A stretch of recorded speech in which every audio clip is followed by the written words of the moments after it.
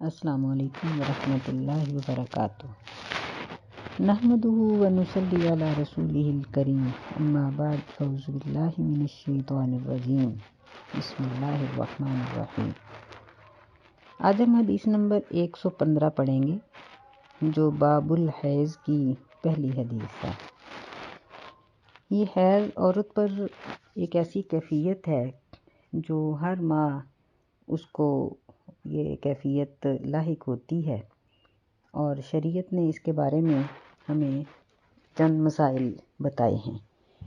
عورت کو 3 طرح کے خون سے واسطہ پڑتا ہے۔ ایک یہ دم حیض ہے، حیض کا خون جو ہر ماہ ہوتا ہے، اور ایک ہے نفاس کا خون جو بچے کی پیدائش پہ ہوتا ہے، اور تیسرا ہے استحاضہ کا خون جو ایک بیماری ہے۔ یعنی پہلی 2 تو ان عورت کی فطرت میں شامل ہیں دونوں چیزیں، لیکن یہ استحاضہ کا خون یعنی ڈیٹ کے دنوں کے علاوہ خون جاری رہنا، یہ ایک بیماری ہے جس کے بارے میں احادیث میں ہمیں پوری طرح سے گائیڈ کیا گیا ہے۔ یہ حدیث سیدہ عائشہ رضی اللہ تعالی عنہا سے مروی ہے۔ عن عائشہ رضی اللہ تعالی عنہا، سیدہ عائشہ رضی اللہ تعالی عنہا سے روایت ہے، ان فاطمہ بنت ابی حبیش کانت تستحاض، کہتی ہیں کہ فاطمہ بنت ابی حبیش انہیں استحاضہ کی تکلیف لاحق تھی۔ فقال رسول اللہ صلی اللہ علیہ وسلم، تو رسول اللہ صلی اللہ علیہ وسلم نے فرمایا، ان دم الحیض دم اسود یعرف، کہ بے شک حیض کا خون کالا ہوتا ہے، پہچانا جاتا ہے۔ فَإِذَا كَانَ ذَلِكِ فَامْكُثِي عَنِ الصَّلَاةِ، جب یہ کیفیت ہو جائے تو نماز سے رک جاؤ۔ فَإِذَا كَانَ الْآخَرُ فَتَوَضَّئِي وَصَلِّي، اور جب دوسری کیفیت ہو یعنی خون کی سیاہی ختم ہو جائے اور سرخی میں خون ہو اور ٹپکنے والا خون ہو، لیسدار نہ ہو، تو پھر وضو کرو اور نماز پڑھو۔ رواہ ابو داود، اسے ابو داود نے روایت کیا ہے اور نسائی نے، وصححہ ابن حبان، ابن حبان نے اس کو صحیح قرار دیا ہے، اور حاکم نے۔ واستنکرہ ابو حاتم، لیکن ابو حاتم نے اس کا انکار کیا ہے، یعنی اس کی سند کا۔ وفی حدیث اسماء بنت امیس، اور اسماء بنت امیس رضی اللہ تعالی عنہا کی حدیث ہے عند ابی داود، امام ابو داود کی کتاب میں۔ اس کے الفاظ یہ ہیں کہ لِتَجْلِسْ فِي مِرْكَنٍ، کہ اسے چاہیے کہ وہ ایک پانی کے بھرے ہوئے ٹب میں بیٹھے۔ فَإِذَا رَأَتْ صُفْرَةً فَوْقَ الْمَاءِ، جب اس پانی کی زردی کو، اس خون کی زردی کو پانی کے اوپر دیکھ لے، فَلْتَغْتَسِلْ، تو پھر وہ ایک غسل کرے، لِلظُّهْرِ وَالْعَصْرِ غُسْلًا وَاحِدًا، ظہر اور عصر کے لیے ایک غسل کرنا، وَتَغْتَسِلُ لِلْمَغْرِبِ وَالْعِشَاءِ غُسْلًا وَاحِدًا، اور وہ غسل کرے مغرب اور عشاء کے لیے ایک غسل، وَتَغْتَسِلُ لِلْفَجْرِ غُسْلًا وَاحِدًا، اور فجر کی نماز کے لیے ایک غسل کرے، وَتَتَوَضَّأُ فِي مَا بَيْنَ ذَلِكَ، اور اس کے درمیان اگر وہ نفلی نماز پڑھنا چاہے تو وہ وضو کر لیا کرے۔ تو اس حدیث میں پہلی بات جو ہے وہ یہ ہے کہ اس کا علاج اور اس میں اس کی شرعی حیثیت نبی صلی اللہ علیہ وسلم نے بیان کی ہے، یعنی ان سے یہ بات پوچھی گئی اور آپ نے اس کو بیان کیا۔ تو یہ نبی علیہ السلام کا اس مسئلے کو بیان کرنا، یا صحابیات کا نبی صلی اللہ علیہ وسلم سے بالواسطہ یا بلا واسطہ مسئلے کو دریافت کرنا، یہ حیا کے تقاضوں کے عین مطابق ہے، کیونکہ نبی جس طرح احکام دین بیان کرتے ہیں، اسی طرح نبی جسمانی کمی بیشی کے بارے میں بھی بیان کرتے ہیں، حکیم بھی ہوتے ہیں، تو اپنے معالج سے اپنے بیماری کا ذکر کرنا اور اس کا علاج پوچھنا، یہ حیا کے تقاضوں میں ہی شامل ہے۔ تو نبی علیہ السلام سے جب یہ بات پوچھی گئی تو آپ نے فرمایا کہ حیض کا خون کالا ہوتا ہے، پہچانا جاتا ہے، یعنی اس میں ایک تو بدبو ہوتی ہے، ایک یہ لیسدار ہوتا ہے کیونکہ یہ گندا خون ہوتا ہے، صاف خون نہیں ہوتا، جبکہ استحاضہ کا خون سرخ ہوتا ہے اور یہ جس طرح زخم سے ٹپکتا ہوا خون ہے اس طرح سے یہ بغیر لیس کے اور یہ ٹپکنے والے کی طرح ہوتا ہے۔ تو اگلی احادیث میں ان مسائل کی مزید وضاحت ہو جائے گی۔ یہاں یہ بات نبی علیہ السلام نے ذکر کی ہے کہ استحاضہ والی خاتون جب اس طرح کا حیض کی طرح کا خون دیکھے، یعنی صحت کی حالت میں جو اس کی روٹین تھی کہ وہ 24 دن، 25 دن، 30 دن، 35 دن، جتنے دن وہ پاکیزگی کے گزارتی تھی اتنے دن وہ پاکیزگی کے طرح ہی وہ نماز پڑھے، اور جتنے دن وہ حیض کے گزارتی تھی ان دنوں میں وہ نماز کو چھوڑ دے، کہ آپ نے فرمایا کہ جب یعنی حیض کی کیفیت آئے تو فم کسی عن الصلاۃ، تو پھر نماز سے رک جاؤ، اور جب دوسرے دن آ جائیں تو پھر وضو کرو اور نماز پڑھو۔ یعنی اس سے ایک تو مسئلہ یہ معلوم ہوا کہ دنوں کی تعیین صحت کے حساب کے سے ہی ہوگی، یعنی جو ان عورت کی صحت مند حالت میں روٹین تھی وہی استحاضہ میں بھی روٹین ہوگی۔ دوسری بات اس سے یہ معلوم ہوئی کہ اگر استحاضہ والی خاتون، جسے ہم مریضہ بھی کہہ سکتے ہیں، کہ اگر مریضہ غسل برداشت نہ کر سکے تو اس کے لیے یہ کافی ہے کہ وہ ہر نماز کے لیے وضو کرے اور نماز پڑھ لے اور اپنے کپڑوں کو صاف ستھرا رکھے، لیکن ایک وضو سے 2 نمازیں نہ پڑھے بلکہ ہر نماز کے لیے ایک وضو کر لے۔ جبکہ دوسری حدیث میں، اسی حدیث کا جو دوسرا حصہ ہے اس میں فاطمہ بنت امیس رضی اللہ تعالی عنہا سے یہ بات ذکر کی گئی ہے کہ نبی صلی اللہ علیہ وسلم نے اسے یہ مشورہ دیا کہ وہ ایک ٹب پانی کے اندر بیٹھ کر دیکھے، یعنی اس کا مطلب یہ تھا کہ خون کی مقدار کا اندازہ لگایا جائے کہ اگر خون معمولی ہے تو پھر غسل کی ضرورت نہیں، اگر خون اتنا زیادہ ہے کہ بھرے ٹب میں بیٹھنے کی وجہ سے پانی کا رنگ تبدیل ہو جائے تو ایسی صورت میں اسے چاہیے کہ وہ 2 نمازوں کو جمع کرے۔ ظہر اور عصر کو جمع اس طرح سے کرے کہ ظہر کو مؤخر کرے اور اس کے آخری ٹائم میں، مثلاً جب ظہر کی نماز کا ٹائم تھوڑا سا باقی رہتا ہو تو وہ غسل کرے اور ظہر کی نماز کو پڑھ لے، اور تھوڑی ہی دیر کے بعد جب عصر کی اذان ہو جائے گی تو عصر کی نماز پڑھ لے۔ ایسے ہی مغرب کو تھوڑا سا لیٹ کرے اور پھر غسل کرے اور مغرب کی نماز پڑھے، تو تھوڑی ہی دیر کے بعد عشاء کی نماز، یعنی ظہر کو مؤخر کر لے، عصر معجل ہو جائے گی، اور ایسے ہی مغرب مؤخر ہوگی اور عشاء کو اپنے ابتدائی ٹائم میں پڑھا جائے گا، اور فجر کے لیے ایک غسل کر لیا جائے گا۔ اور وتتوضأ فیما بین ذلک، اس کے درمیان اگر نماز اشراق یا چاشت یا کچھ اور پڑھنے کا ارادہ ہو تو اس کے لیے پھر غسل کی ضرورت نہیں بلکہ اس کے لیے وضو کافی ہو جائے گا۔ یعنی ہمیں یہ بات معلوم ہوئی کہ اگر عورت برداشت کر سکتی ہے تو 5 نمازوں کے ساتھ 5 غسل کر لے، بہت اچھا۔ اگر اس کی صحت برداشت نہیں کرتی تو دن میں 3 غسل کر لے، اگر اتنا بھی برداشت نہیں کر سکتی تو 1 غسل کر لے، اگر وہ اس میں بھی اپنے لیے کوئی پریشانی اور بیماری کا سبب سمجھتی ہے تو پھر اس کے لیے غسل واجب نہیں ہے بلکہ یہ افضل عمل ہے۔ اور استحاضہ والی خاتون یعنی ایسی عورت جس کا خون ہمیشہ جاری ہی رہتا ہو یا دھبے لگتے ہوں، اسپاٹ لگتے ہوں، تو ایسی عورت کے لیے نماز معاف نہیں ہے، اور ذکر و اذکار میں اس کے لیے کوئی پابندی نہیں بلکہ وہ نماز پڑھے، ذکر و اذکار کرے اور اللہ تعالیٰ کی عبادت کرے، روزہ رکھے، قرآن مجید بھی وہ پڑھ سکتی ہے، ہاتھ بھی لگا سکتی ہے، لیکن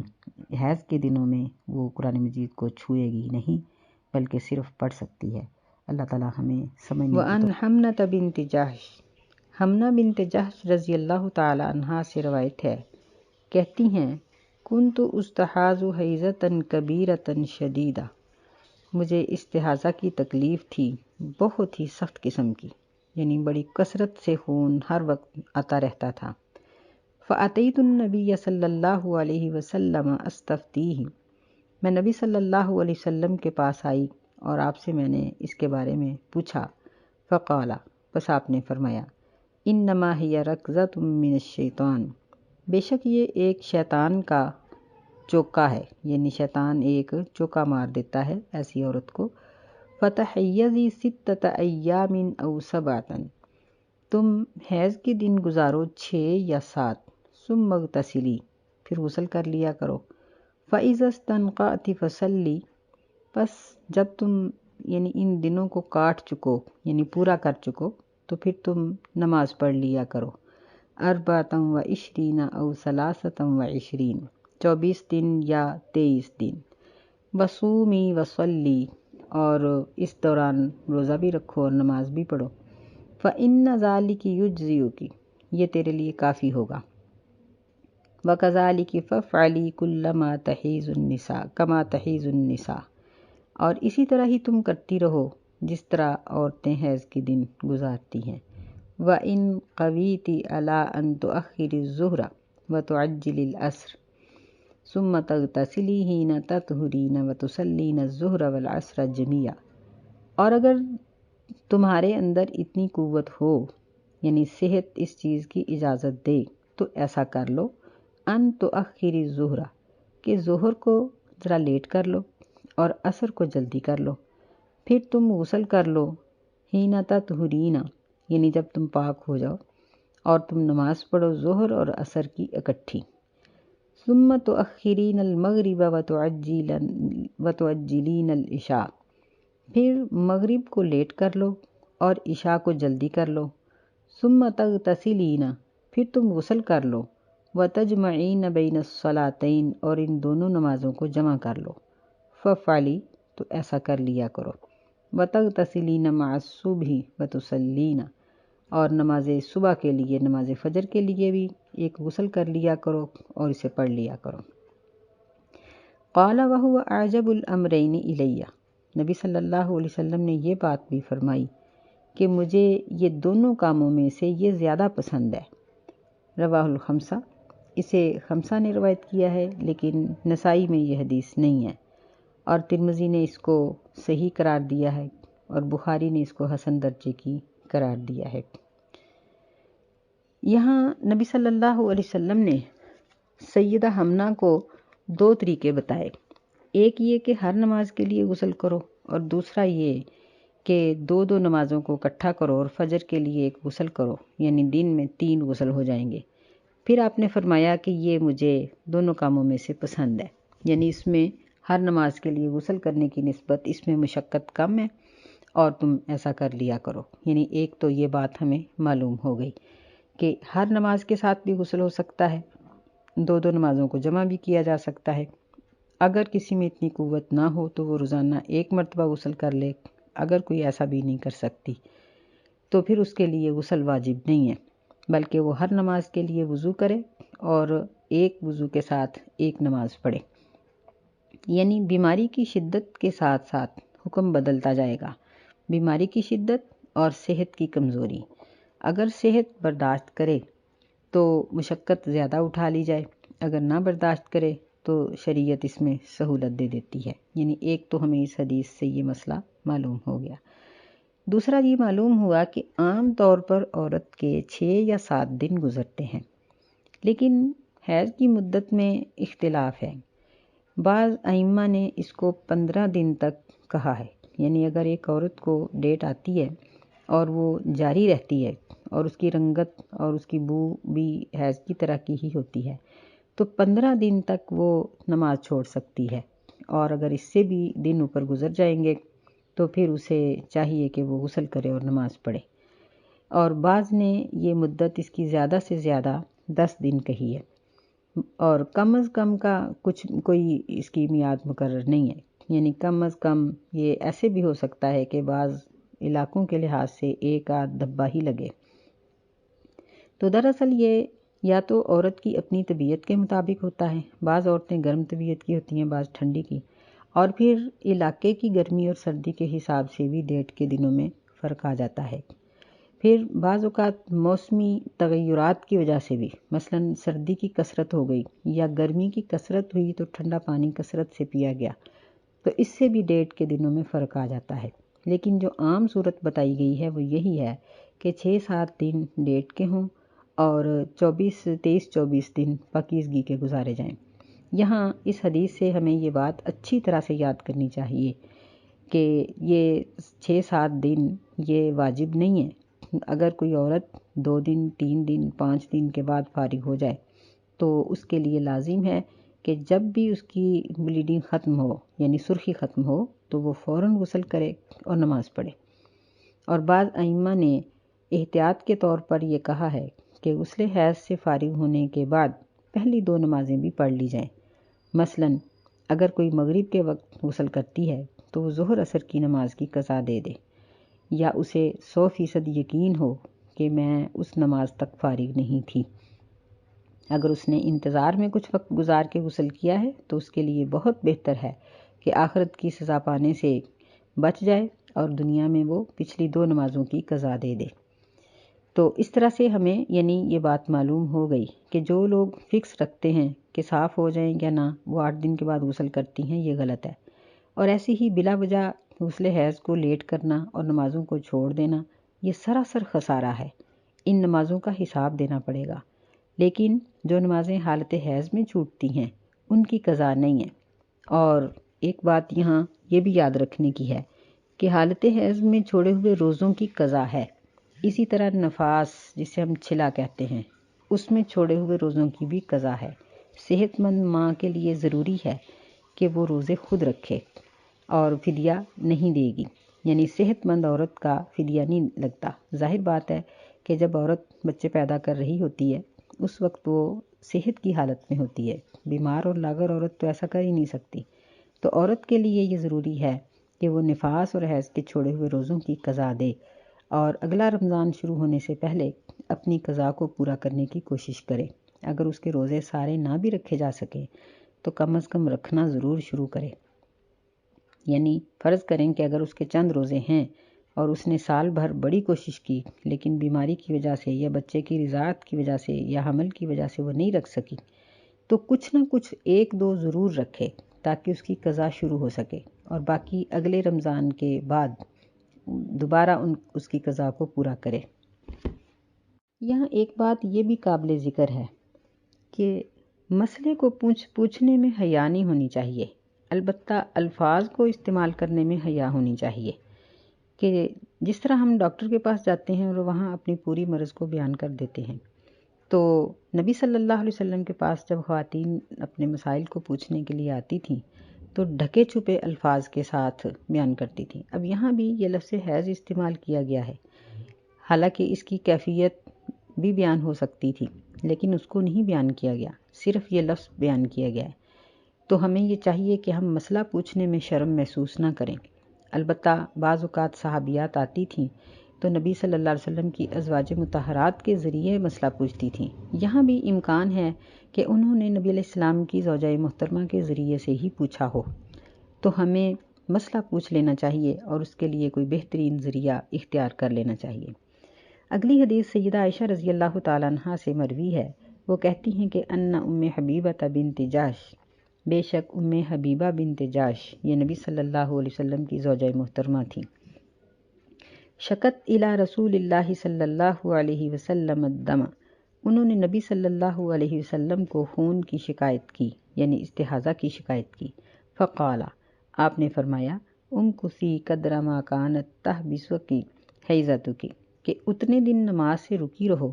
جتنے دن صحت کی حالت میں تم حیض کی وجہ سے رکی رہتی تھی، ثم اغتسلی، پھر غسل کر لیا کرو، فکانت تغتسل کل صلاۃ، تو وہ ہر نماز کے لیے غسل کیا کرتی تھیں۔ اس کو مسلم نے روایت کیا ہے، اور بخاری کی روایت میں الفاظ یہ ہیں کہ آپ نے فرمایا وتوضئی لکل صلاۃ، کہ ہر نماز کے لیے وضو کر لیا کرو، اور یہ وحی لابی داود وغیرہ من وجہ آخر، یہ الفاظ ابو داود اور اس کے علاوہ باقی کتابوں میں دوسری سند کے ساتھ ذکر کیے گئے ہیں۔ یہاں یہ مسئلہ ہمارے سامنے واضح ہو گیا کہ اگر کوئی غسل ہر نماز کے لیے نہیں کر سکتی تو وہ ہر نماز کے لیے وضو کر لے، غسل واجب نہیں ہے۔ اور یہاں نبی علیہ السلام نے ان کو جب اختیاری حکم دیا